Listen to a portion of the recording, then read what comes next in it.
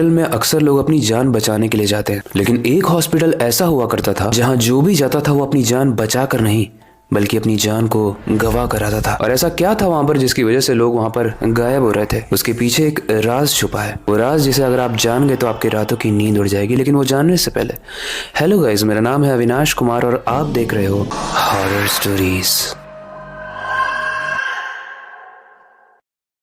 Guys, इस राज का पर्दा उठाने के लिए रवि नाम का व्यक्ति उस हॉस्पिटल में अपने ट्रीटमेंट के बहाने से जाता है। लेकिन जैसे ही वो हॉस्पिटल में एंटर करता है वो अपने ऊपर से कंट्रोल खो देता है। उसे लगता है कि बॉडी तो उसकी है लेकिन आत्मा किसी और की है। वो अंदर गया तो उसने देखा हॉस्पिटल पूरे तरीके से खाली था। उसने आवाज लगाई, कोई है यहाँ पर? मुझे अपना चेकअप करवाना है। तभी उसने देखा एक व्हील चेयर अपने आप, मतलब कोई उसे धक्का नहीं दे रहा था, वो बस अपने आप उसकी तरफ आ रही थी। वो ये देख कर लौटने ही वाला होता है, तभी एक सोनिया नाम की नर्स आती है जो आवाज लगाती है, क्या हुआ आपको सर? रवि उस एनवायरनमेंट की वजह से काफी डरा हुआ था। फिर भी डरते हुए वो पूछता है कि यहाँ पर डॉक्टर कहाँ मिलेंगे, मुझे उनसे मिलना है। सोनिया कहती है आप मेरे साथ आइए, मैं आपको डॉक्टर के कैबिन में ले चलती हूँ। वहां ले जाकर वो कहती है कि आप यहाँ पर बैठो, डॉक्टर थोड़ी ही देर में आते ही होंगे। गाइस, रवि काफी देर तक वहां पर बैठकर डॉक्टर का इंतजार करने लगा। लेकिन काफी देर तक डॉक्टर के ना आने पर वो ये सोचता है कि मैं हॉस्पिटल में देख कर आता हूँ। जैसे ही वो अपनी चेयर से उठता है वहाँ की लाइट्स बहुत तेजी से फ्लिकर होने लगती हैं। वो जब उस कैबिन से बाहर निकलता है तो नर्स का भी दूर दूर तक कोई पता नहीं था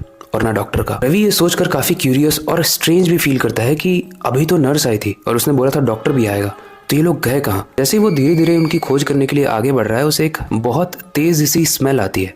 वो स्मेल उस हॉस्पिटल के बेसमेंट से आ रही होती है। अब रवि जैसे जैसे उस बेसमेंट में अपना कदम रख रहा है उसकी धड़कन तेज हो रही है। लेकिन एट द एंड जैसे ही वो बेसमेंट में पहुंचता है उसे बहुत तेज से आवाज आती है और जब तक वो सामने वो देखता है कि वो नर्स हाथ में चाकू लेकर उसको मारने के लिए आ रही है। वो उसे झटक कर नीचे फेंक देता है और चिल्ला कर बोलने लगता है, तुम ही हो ना, तुमने इस हॉस्पिटल को बदनाम किया है और तुम ही हो जिसने सबकी जान ली है। ऐसे में वो नर्स स्ट्रेंज तरीके से रोने लगती है और बोलने लगती है कि प्लीज मेरा भरोसा करो, मैंने कुछ भी नहीं किया है। तो रवि बोलता है कि अगर तुमने नहीं किया है तो किसने किया है, मुझे पूरी बात बताओ। तब वो नर्स बताती है कि मैं पिछले 2 साल से यहाँ पे कैद हूँ और डॉक्टर अभिषेक, जिसके नाम से यह हॉस्पिटल फेमस है, वो यहाँ पर 2 साल से है ही नहीं। रवि बोलता है डॉक्टर अभिषेक है ही नहीं मतलब? रवि कहता है तुम झूठ बोल रही हो, क्योंकि डॉक्टर अभिषेक का ही तो नाम लेके सब यहाँ पे अपना ट्रीटमेंट करवाने के लिए आते हैं, तो मर कैसे सकते हैं? सोनिया कहती है मेरी बात का विश्वास करो, डॉक्टर अभिषेक 2 साल पहले ही मर चुके हैं। मरने के बाद आज भी वो यहाँ पर भटकते हैं और उनका थॉट प्रोसेस टोटली चेंज हो चुका है। वो ऐसा मानते हैं कि जो भी इंसान हेल्दी नहीं है उसे जीने का हक नहीं है, इसलिए जो भी यहाँ पर ट्रीटमेंट करवाने आता है वो उसे मार देते हैं। दरअसल बात यह है कि जब वो इंसान थे, यानी जब उनकी मृत्यु नहीं हुई थी, तब भी वो यही काम करते थे। दुनिया को तो पता था कि वो लोगों को बचा रहे हैं, लेकिन वो बचाते नहीं थे। इस हॉस्पिटल में 2 फेमस डॉक्टर हुआ करते थे, डॉक्टर सुनील और डॉक्टर अभिषेक। और जितने भी सक्सेसफुल ऑपरेशन थे वो डॉक्टर सुनील करते थे, लेकिन जितने भी ऑपरेशन से लोग मरते थे वो सारे ही अभिषेक करते थे। डॉक्टर सुनील के जाने के बाद अभिषेक की इस थॉट प्रोसेस का मुझे पता चल गया था, यानी उस नर्स को पता चल गया था। और जैसे ही उस नर्स को पता चला वो पुलिस स्टेशन जाती है ये सारी चीजों को बताने के लिए, लेकिन रास्ते में उसे डॉक्टर अभिषेक मिलते हैं और उसे कन्विंस करने लगते हैं, उसे थ्रेट देने लगते हैं कि अगर तुमने पुलिस स्टेशन में बताया तो तुम्हारे लिए अच्छा नहीं होगा। थोड़ी ही देर बाद इन दोनों में बहस हाथापाई में बदल जाती है और जब ये नर्स डॉक्टर अभिषेक को धक्का देती है तो उनका सर जाकर एक कार से लड़ता है, जिससे डॉक्टर अभिषेक की मौत हो जाती है।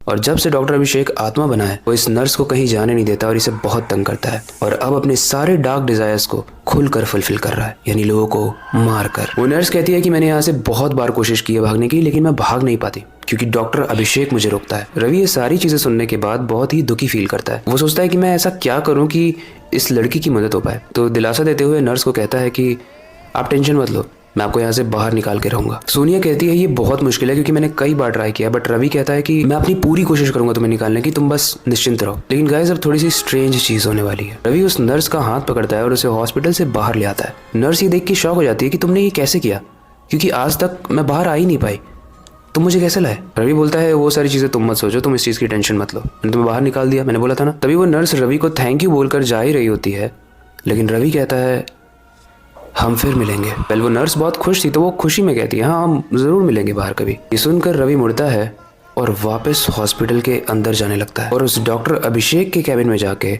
उस डॉक्टर का कोट और हार्टबीट चेक करने वाला स्टेथोस्कोप पहन लेता है और चेयर पर मुस्कुराते हुए बैठकर ये कहता है कि मैं वापस आ गया।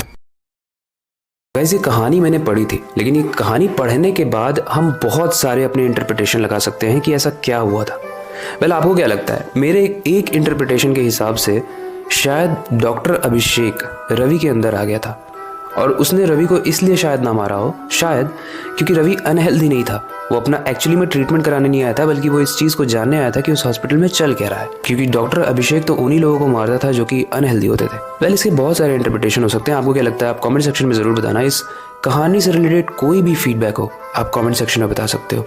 बाकी ये वक्त आ चुका है इस स्टोरी को एंड करने का और नई स्टोरी पर काम करने का। लेकिन जाने से पहले बस एक ही चीज़ कहना चाहूँगा, स्टोरीज डिफरेंट होती हैं बट एंड वाला पार्ट नहीं। तो अपनी क्यूरियोसिटी को डाई मत होने देना, नई चीज़ें सीखते रहना अपने बेड के नीचे और खिड़की के बाहर ज़रूर देख लेना। मिलते हैं अगली वीडियो में।